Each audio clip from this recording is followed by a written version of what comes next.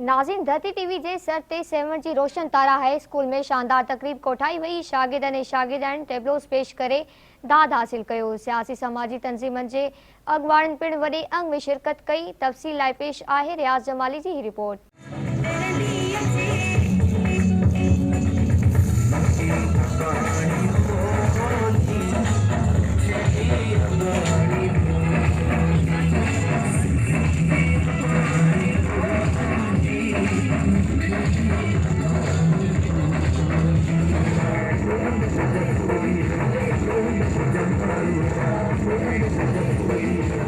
जी नाज़रीन, धरती टीवी जे सॾ ते जेको आहे हिकु सिंध हिकु सकाफ़त जे हवाले सां रोशन तारा हाई स्कूल में हिकु शानदार तक़रीब मुनक़द कई वई आहे। ऐं हिते आयल महिमान आहिनि, हितां जा जेके ॿार आहिनि, अचो त उन्हनि सां ॻाल्हि ॿोल कयूं त उहो हीउ जेको ॾियारो कीअं था सेलिब्रेट कनि।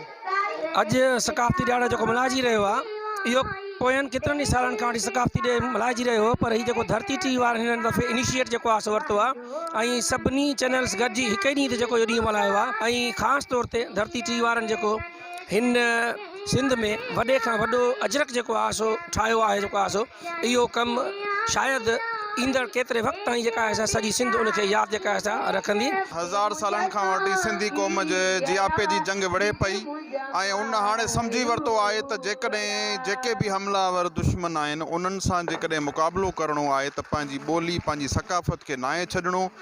मां इहो मैसेज ॾींदुसि त सिंध जी तहज़ीब, सिंध जी सकाफ़त इंतिहाई पुराणी आहे ऐं सिंध पूरी दुनिया जी रहनुमाई कई आहे।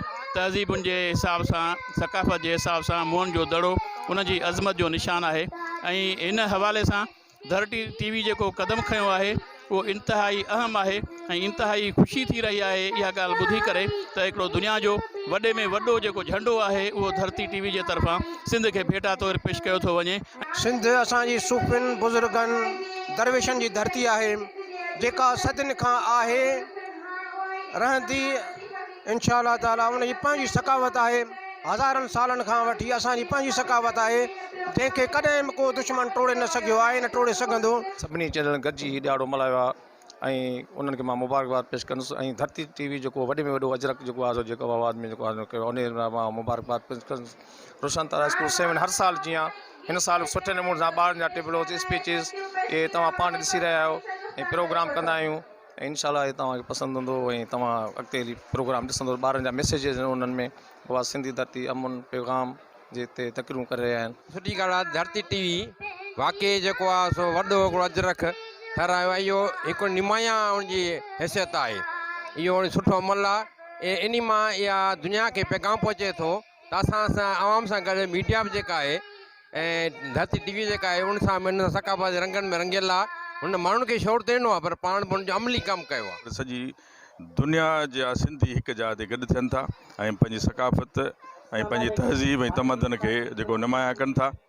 ऐं जेको धरती टीवी वारनि जेको इहो झंडो कढियो आहे सॼो कश्मीर खां वॾो हिकिड़ो इहो हिकिड़ो क़िस्म हिकिड़ी सिंबल आहे। जी नाज़रीन, सॼे सिंध जीअं शहनशाह कलंदर जी नगरी बि सकाफ़ती रंगनि में रंगिजी वई आहे ऐं कलंदर जी नगरी जा रहवासी हिकु माला में पहुची विया आहिनि। धरती टीवी जे सॾ ते जेको आहे रोशन तारा हाई स्कूल 7 में हिकु शानदार तक़रीब मुनक़द कई वई आहे जंहिंमें स्कूली ॿारनि ख़ूबसूरत टेबलोस पेश करे ख़ूब दाद हासिल कयो आहे ऐं बहितरीनु परफॉर्मेंस कंदड़ शागिर्दनि खे पिणु शील्डूं ऐं इनाम ॾिना विया।